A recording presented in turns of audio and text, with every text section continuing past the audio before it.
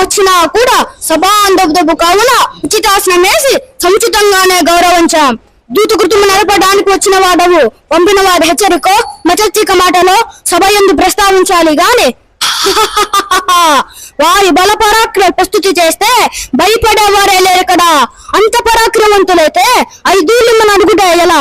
అదిగాక వారు నిజంగా నా బంధువుడి కుమారులేనా? అర్ధరాజు మతిలో అర్థముంది. తల్లిదండ్రికి మారు కుమారులైన వారికి అర్ధరాజ్యం ఇస్తే ప్రజలు నవ్విపోతారు. ఏం బాబా కాదంటావా? యమధర్మరాజు, వాయుదేవుడు, ఇంద్రుడు, అశ్విని దేవతలు నాకు ఎలా అభినందనవుతారు? అందుచేత నాకు కాని వారికి అర్ధరాజ్యం ఇవ్వడం కాదు కదా, 5కి కలిపి ఒక్క ఊరివను. అంతెందుకు సూది మన మోపునంత నేల కూడా ఇచ్చుటకల్లా ఇంకా బల పరక్రమంటావా? అవి ఏ ఒక్కరి సొంతం కాదు. గెలిపి ఓటంలో ఒకేలా ఉండవు, దైవాదేనాలవి.